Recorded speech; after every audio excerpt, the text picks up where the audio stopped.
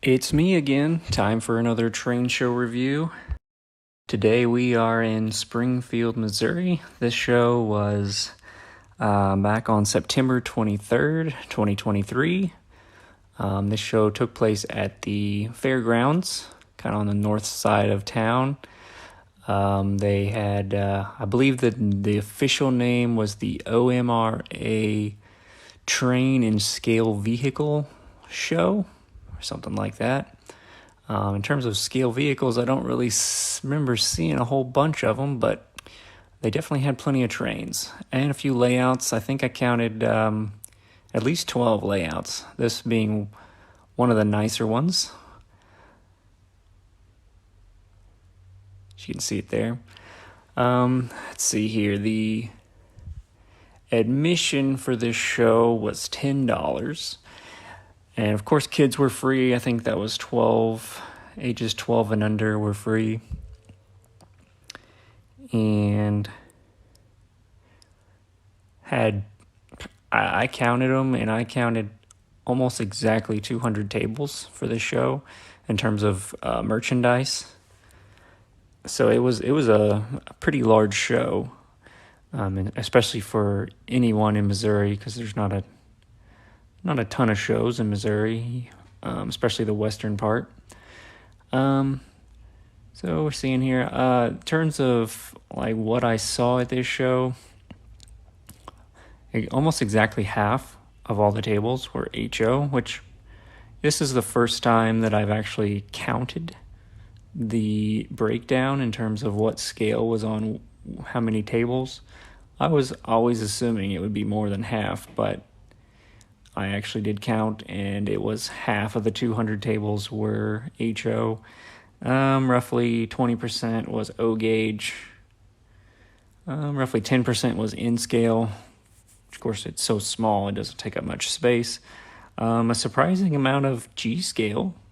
Quite a bit of G scale at this show. So that's anyone that's into that would come away pretty pleased, I would assume, because I don't think I've ever noticed as much G scale before at a show.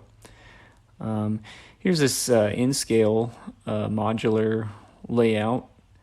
I don't remember if this was technically two groups together or what. Oh, look at that vomit bonnet right there. But not sure if this was two groups together or not, but it was a pretty nice layout. Making our way to the back side. So, like I mentioned, the show was at the fairgrounds, so they had a very, very large room.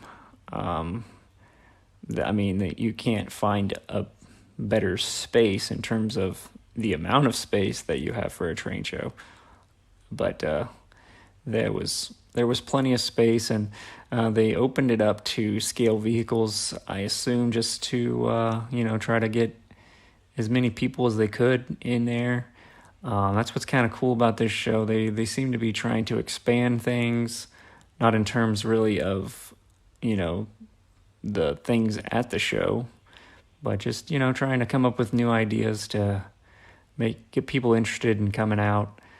Like I know that they're going to a 2-day show next year, which is a Friday night and Saturday show. So a lot of people are excited to see how that goes.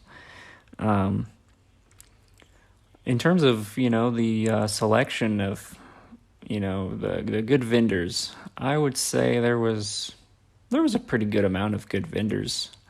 200 tables, you're going to have a lot of good vendors, but there was at least half a dozen, decent priced people in HO. There was one guy that was selling his dad's collection, so that of course makes things priced well.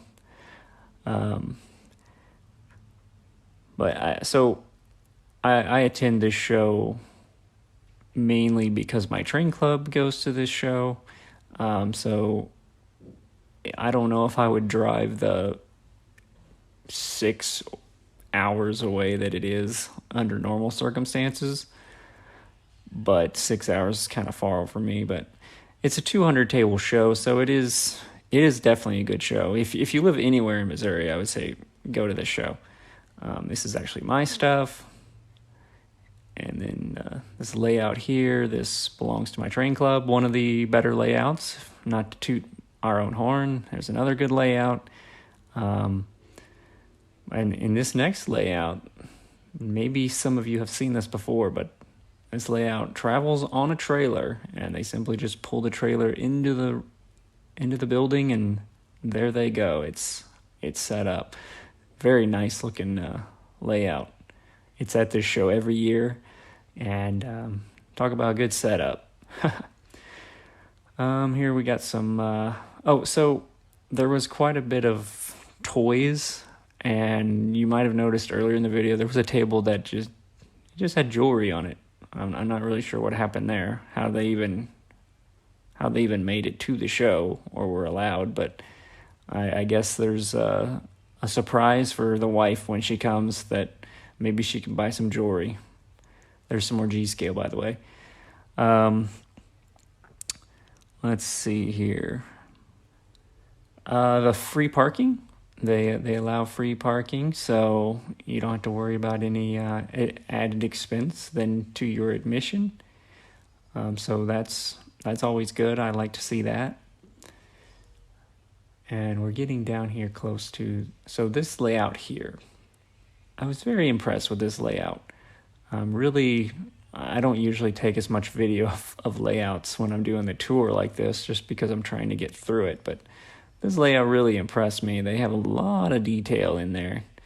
And if you're ever in or at a show where they have this layout, I invite you to really take the time to look at it, because it's a pretty nice little layout. And they even have a kid, fairly young kid there running it. So sounds like a good Rourke Valley train club or something like that. So it sounds like a good organization. For some reason, it seems like this show every year has vendors with a lot of buildings. And whether that's, pre-built buildings or kits, but for some reason, it just seems like this show always has a lot of buildings, which, good, bad, I don't guess it really matters, but it takes a lot of space, but if you're ever wanting to get some buildings, maybe this is the show for you. I think I saw some slot cars on this table. Don't see many of those. This vendor looked like he was just selling a bunch of older stuff. This guy had a bunch of auto racks. Anybody looking for auto racks? Maybe you can find one there. And let's see here, what other...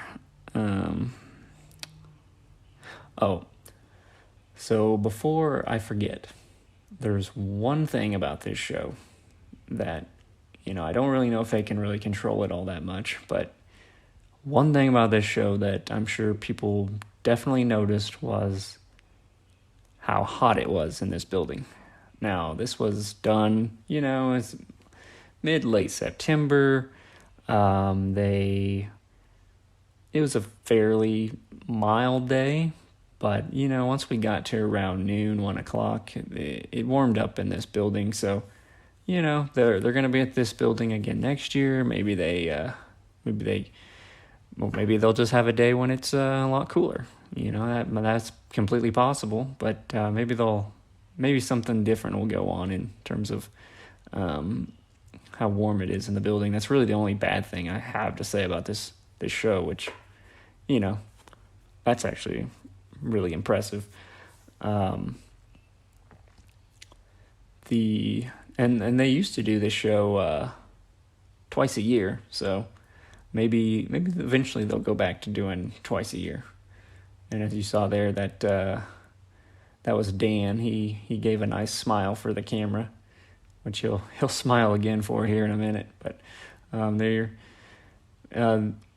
this show had, some of the usual vendors that I see, some different ones. So that's if you're from like Eastern Missouri, you probably don't see any of these vendors at all. So that would be good. Here's some more of that random stuff. You just saw a table full of children's books. Here's a bunch of lanterns. That's kind of cool memorabilia. Here we're back to trains. HO in scale. standard stuff. A few more items. It was a pretty good collection, I guess you'd say, of whatever you might think of as trains, and then a little bit more. But like I said, I mean, I would drive at least. Oh, there's some shirts. That's good to see. I would drive at least 4 hours for this show. It's a good show, and they happen to have this on the same weekend as a show in St. Louis this year, so that might have kind of taken away from them. But and then all these paintings. This was also a little different, but either way, like the show, I drive at least 4 hours for it, and maybe next year, with the two shows, they can get some bigger vendors, and I'm sure they could fit more. Here's the smile. I'm sure they can get more people to come, more vendors. So, but anyways, I hope you guys liked the video. Hope you learned something. Please give me a like, and please subscribe. See you next time.